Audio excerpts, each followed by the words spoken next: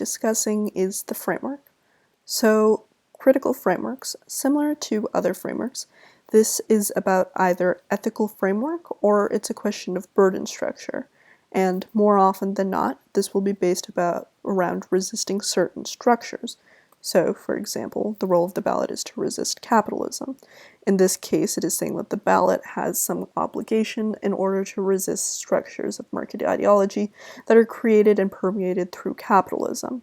The terms role of the ballot and role of the judge indicate framework, but not always. Additionally, critical framework refers to the thesis-level claims that any given K makes.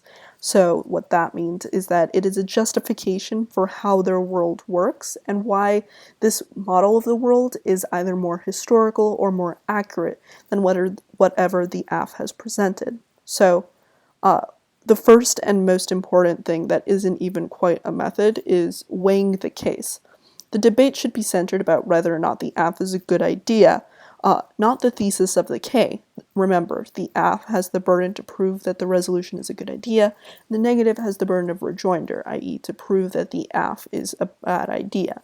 This thesis of the K doesn't actually do this, and this is a necessary argument to make if the neg tries to frame the AF out of the round. There's a few ways that you can make this argument. First, you can say that it is uneducational for the 1AC to become moot in the 1AR because the 1AC or the AF functionally have to re-explain their orientation towards whatever the neg is and has to restart in an already time-sucked 1AR before they can actually start to generate offense. This gets rid of the first 6 minutes of the debate and is uneducational because it limits the AF's ability to engage and also isn't fair because they could be infinite parts of the AF which are marginally bad. This means that there's no way that we actually talk about whether the AF plan is a good or bad idea, but rather it just becomes about something marginal that doesn't discuss the actual issues of the plan and doesn't help the neg meet the burden of rejoinder.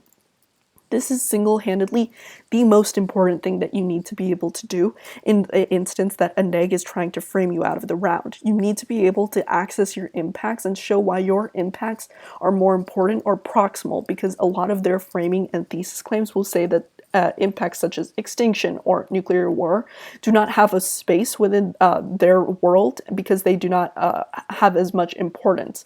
These arguments you need to be able to weigh against, and you can do this in both a theoretically justified manner and also a defense of like your framework itself. So the first method we'll talk about is constructing the AF. So when you get pairings and you realize who your opponent is, if your opponent is likely to read a K, adding framing cards to the AF will help the 1AR.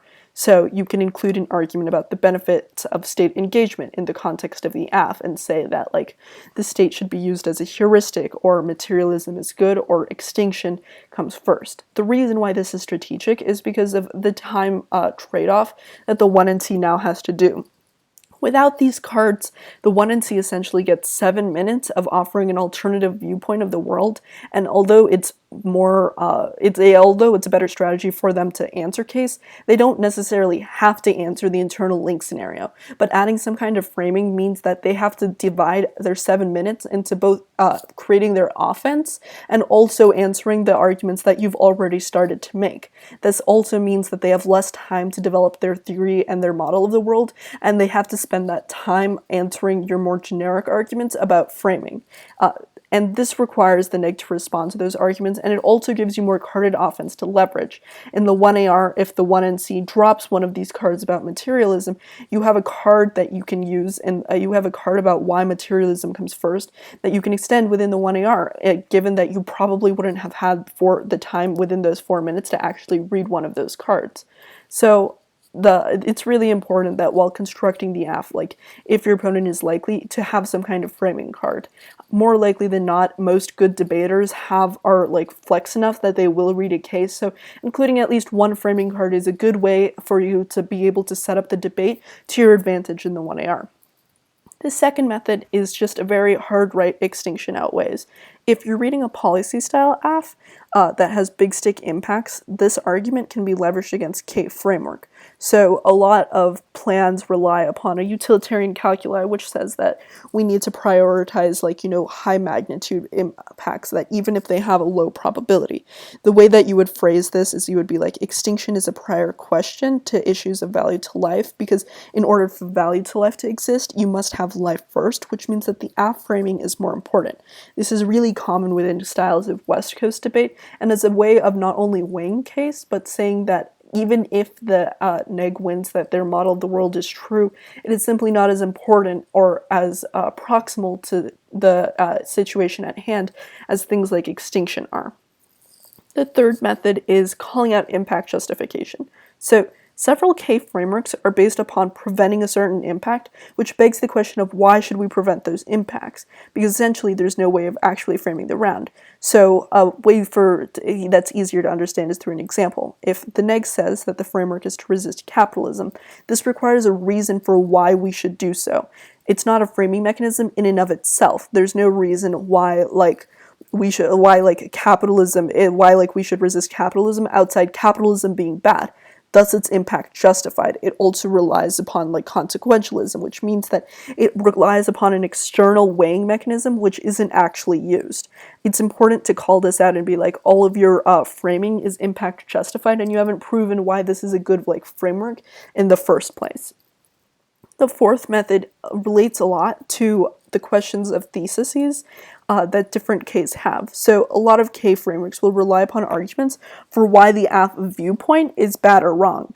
So they will say that the AF operates within the government and offers a notion of liberal progress, i.e. that the government can work in a positive way. And say that this is bad. This isn't quite an indict of your framing, but it's more of a question of how are you viewing the world?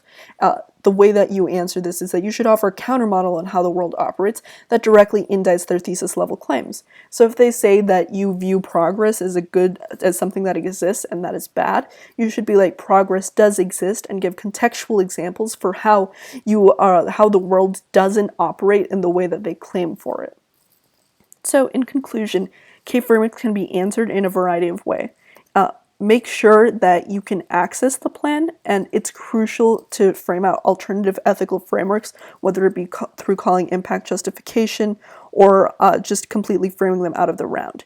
Using the 1AC is going to be to your benefit to answer framing. It offers you the time that you do not have within the 1AR to leverage carded offense and arguments that 1NCs will oftentimes drop. And if you don't do this, then a lot of times 1NCs will be able to just completely hedge and sit down and not actually, completely hedge and just spend 7 minutes completely deconstructing the 1AC's view of the world, because the 1AC's view of the world has not been justified.